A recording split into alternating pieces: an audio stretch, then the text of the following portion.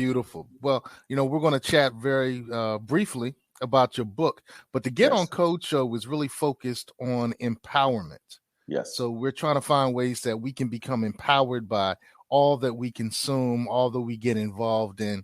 And your book is part of that empowerment. Yes. So thank you. Hey, Code Keepers, we're here with the good brother George McCalman, Yes. Author of Illustrated Black History. I mean, look, it's thick. Thick and juicy. It's thick and juicy. Thick and juicy. That's a good way to put it, man. Thick and juicy. So, hey, I know you're saying, Seiko, what's this have to do about empowerment? Stay tuned. What's this have to do with Black empowerment? Stay tuned. All right. Welcome to Get On Code, the Fly Guy Show, which is a series of melanated conversations focused on empowerment, health, wealth, and knowledge of self. People think in binary choices because they are conditioned to. And on the wall was a picture of a wolf and a lion.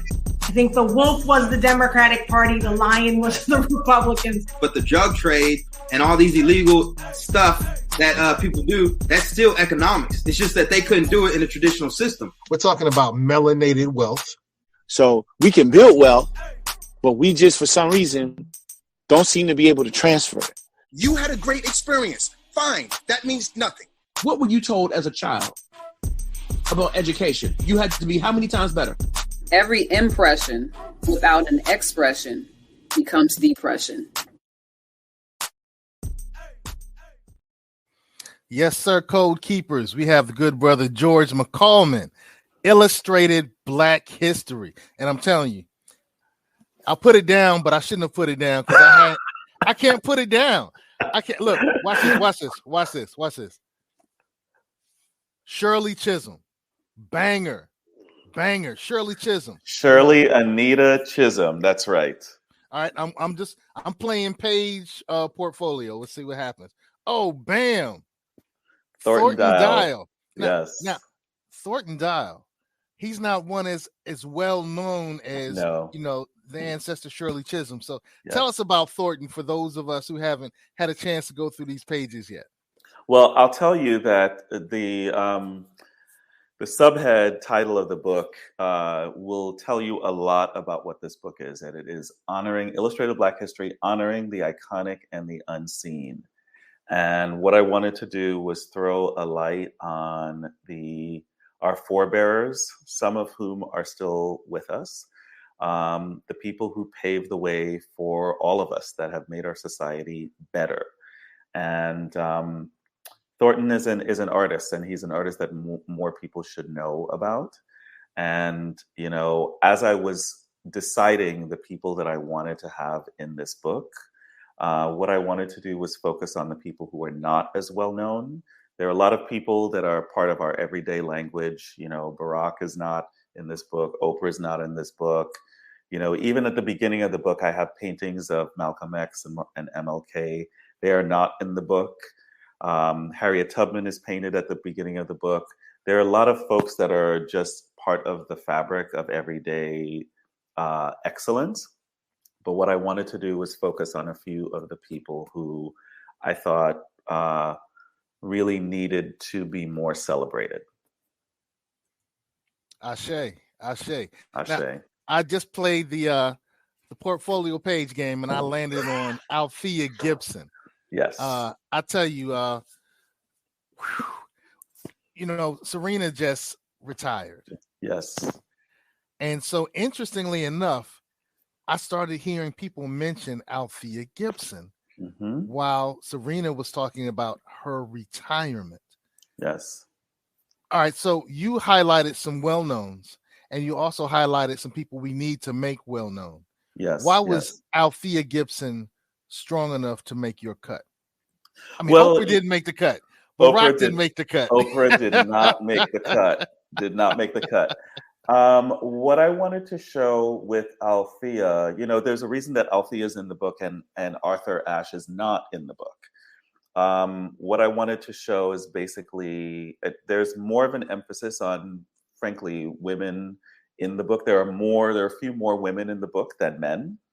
And what I was saying is that basically women basically still don't get their due as pioneers, that they are often seen as the wives and girlfriends of, and they're rarely seen just as accomplished in their own right, even when they are attached to famous and accomplished men. And what I wanted to show was Althea was every bit the pioneer that Arthur Ashe was. And frankly, she had to work harder because she's a woman to establish her accomplishments. And I wanted to show that she was like one of the originators. Like we know what Serena and Venus have done and what they have paved the way for Naomi and Coco and all of the new wave of black sports titans. But the originator is Althea. Dope. And I'm saying that here in Virginia. I'm saying that here in Hampton Roads, Virginia, where I'm 45 minutes away from Richmond, Virginia, Yes. the birthplace of Arthur Ashe. And it was interesting to me that at a recent tennis match that was widely publicized and covered, it was in Arthur Ashe Stadium. Yes. But do we have an Althea Gibson Stadium? No, right. That's exactly it. And just, one of the things that Serena and Venus have done so beautifully is, they have had to deal with so much overt racism within their sport. And Serena was basically one of the first people to just put it out there. There's this way of thinking about sports stars that they're supposed to not say anything. They're just supposed to smile and wave for the cameras. And what I love about Serena is that when she's not happy, and she's not smiling for anybody. And I really appreciate that the Williams sisters have moved that conversation forward. That this misnomer that all athletes are treated the same way, that the only reason that Serena and Venus have received the racism that they have is because they're Black. Their progenitors have not had to deal with any of this. They're contemporaries, I mean to say. And so it's really good to be reminded, what Arthur had to deal with, he deserves. He deserves buildings and statues, and so does Althea. And so does Althea. Publishers Weekly stated that your book is a vivid survey of Black history and that the history leaps off the pages. So look, you're a graphic artist. I don't want to pigeonhole you because you're an author. So you're a creative. You're a creator. How do you get artwork to leap off pages the same way that Publishers Weekly described it? That's just got to be a work of God. Mm-hmm. There was a lot of spirituality in the making of this book. I was definitely communing with the subjects, with the pioneers, and there was a lot of the making of the art that I often didn't even know. It wasn't my brain working. It was my body and my soul working, and I felt that I was being called in to represent aspects of their humanity and their soulfulness and their accomplishments. And that's one of the reasons that all the styles are different. I basically started from scratch with every portrait. There are no two portraits alike. I used different tools. I used my hands and my fingers and pens, like whatever I had in front of me in terms of what I was called to use is what I use. And that's why they're all so unique. Shay. Well, that's interesting that you talked about the spiritual piece because in the New Yorker, one of the critics talked about how he's always gotten such a lift from George McCalman's work, both spiritual and visual. And so it's interesting because you just described the visual work as being spiritual. Mm-hmm. And others are picking it up as being both spiritual and visual.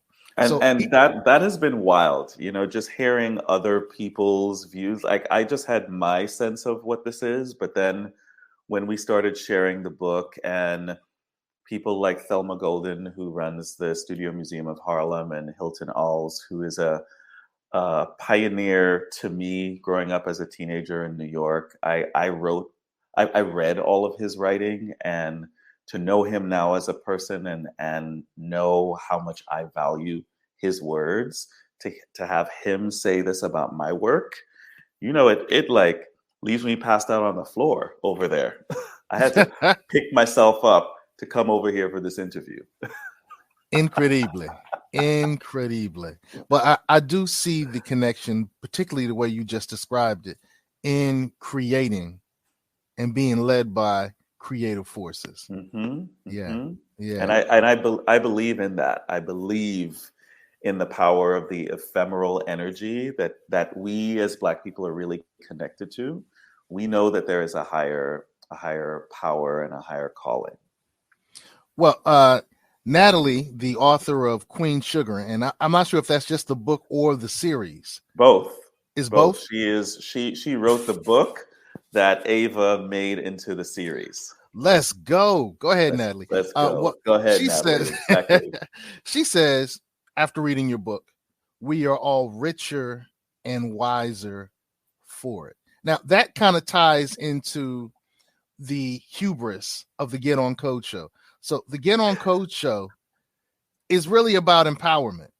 We're focused on empowerment. We say, get on code, share the code, teach the code, become the code. Our code is empowerment. Mm-hmm, so mm-hmm. How does this empower us? How does your book empower us? Well, I can tell you what my dream is, which is that, this book did not exist before I made it. And what I wanted was a collection of our accomplishments that we could just see for ourselves. That it's not something that we need to listen to anyone else say that we are or aren't anything, that we as a community, we should know who our titans are, not just in the public realm, but the people that we can share with our children, the people we can share with our teenagers, with our elders, that there are people who have paved the way for us, and that we get to be boosted and feel good as we're moving through life about how much Black Americans have contributed to American society, that we have made American society better. Well, then you answered the question beautifully of how does this lead to empowerment? It bolsters it. It bolsters, yes. It makes it vivid.